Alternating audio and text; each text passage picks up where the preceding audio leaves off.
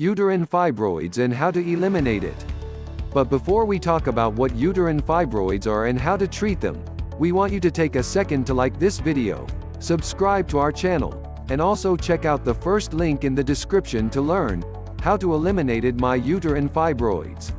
Uterine fibroids are growths in or on the walls of the uterus. They consist of smooth muscle cells and connective tissue. A person may have one or multiple fibroids. They can be as small as an apple seed or as big as a grapefruit, or sometimes even larger than that. They can also shrink or grow over time.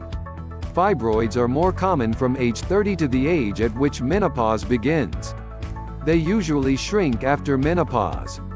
Between 20% and 80% trusted source of females develop fibroids by the age of 50, according to the Office on Women's Health, OWH.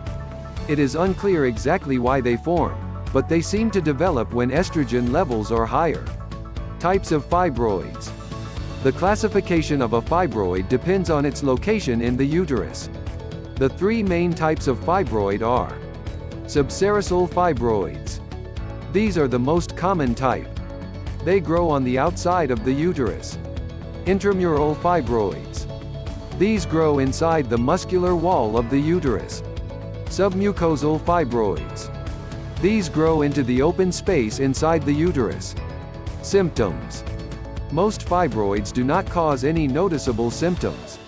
However, some can cause significant discomfort. The symptoms of uterine fibroids can include heavy periods, also known as menorrhagia, which can lead to anemia, painful periods, lower backache or leg pain, constipation, discomfort or a feeling of fullness in the lower abdomen, especially in the case of large fibroids, frequent urination, pain during sexual activity, also known as dyspareunia. Causes of fibroids. It remains unclear exactly what causes fibroids. Their development may be linked with the person's estrogen levels. During a person's reproductive years, estrogen and progesterone levels are higher. When estrogen levels are high, especially during pregnancy, fibroids tend to swell. Low estrogen levels are associated with the shrinkage of fibroids. This can occur during and after menopause. It can also occur when taking certain medications, such as gonadotropin-releasing hormone, GnRH, agonists or antagonists. Genetic factors may also affect the development of fibroids. For example, having a close relative with fibroids is associated with an increased risk of developing them oneself. There is also evidence trusted sources to suggest that red meat, alcohol, and caffeine are associated with an increased risk of fibroids. An increased intake of fruit and vegetables may be linked with reduced risk. Overweight and obesity are associated with an increased risk of fibroids. Childbearing is associated with a lower risk of developing fibroids. The risk reduces each time the person gives birth. Let's talk about how uterine fibroids are treated. Treatment for uterine fibroids can vary depending on the size, number, and location of the fibroids, as well as what symptoms they're causing. If you aren't experiencing any symptoms from your fibroids, you may not need treatment. Small fibroids can often be left alone. Some women never experience any symptoms or have any problems associated with fibroids. Your fibroids will be monitored closely over time, but there's no need to take immediate action. Periodic pelvic exams and ultrasound may be recommended by your healthcare provider depending on the size or symptoms of your fibroid. If you are experiencing symptoms from your fibroids, including anemia from excess bleeding, moderate to severe pain, infertility issues, or urinary tract and bowel problems, treatment is usually needed to help. Your treatment plan will depend on a few factors, including 1. How many fibroids you have. 2. The size of your fibroids. 3. Where your fibroids are located. 4. What symptoms you are experiencing related to the fibroids. 5. Your desire for pregnancy. 6. Your desire for uterine preservation. The best treatment option for you will also depend on your future fertility goals. If you want to have children in the future, some treatment options may not be an option for you. Talk to your healthcare provider about your thoughts on fertility and your goals for the future when discussing treatment options. Treatment options for uterine fibroids can include types of medications, over-the-counter, OTC, pain medications. These medications can be used to manage discomforts and pain caused by fibroids. OTC medications include acetaminophen and ibuprofen. Iron supplements.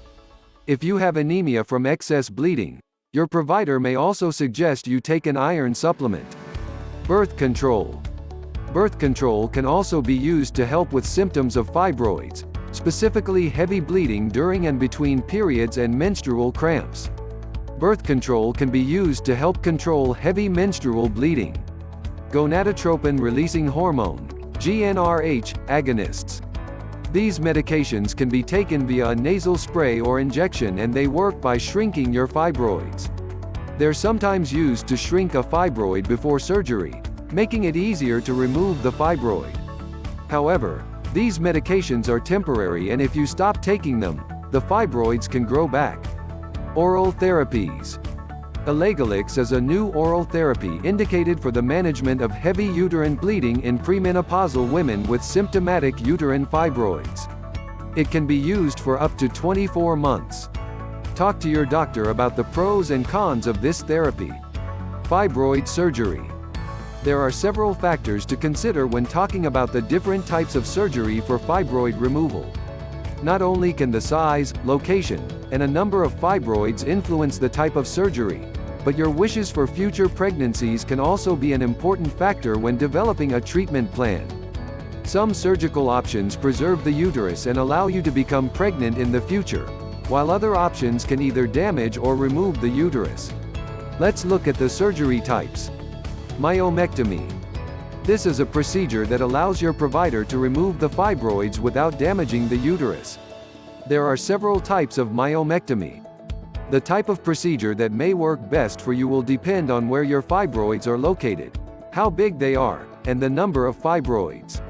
The types of myomectomy procedure to remove fibroids can include hysteroscopy. This procedure is done by inserting a scope, a thin, flexible tube-like tool, through the vagina and cervix and into the uterus. No incisions are made during this procedure. During the procedure, your provider will use the scope to cut away the fibroids. Your provider will then remove the fibroids. Laparoscopy. In this procedure, your provider will use a scope to remove the fibroids. Unlike hysteroscopy, this procedure involves placing a few small incisions in your abdomen. This is how the scope will enter and exit your body. Laparotomy. During this procedure, an incision is made in your abdomen and the fibroids are removed through this one larger cut. If you aren't planning future pregnancies, there are additional surgical options your healthcare provider may recommend. These options are not recommended if pregnancy is desired, and there are surgical approaches that remove the uterus. Uterine fibroid embolization. This procedure is performed by an interventional radiologist who works with your gynecologist. Radiofrequency ablation, RFA.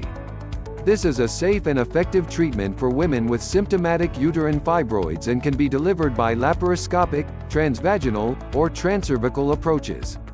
Don't forget to check out our program, How to Eliminate My Uterine Fibroids, in the description below.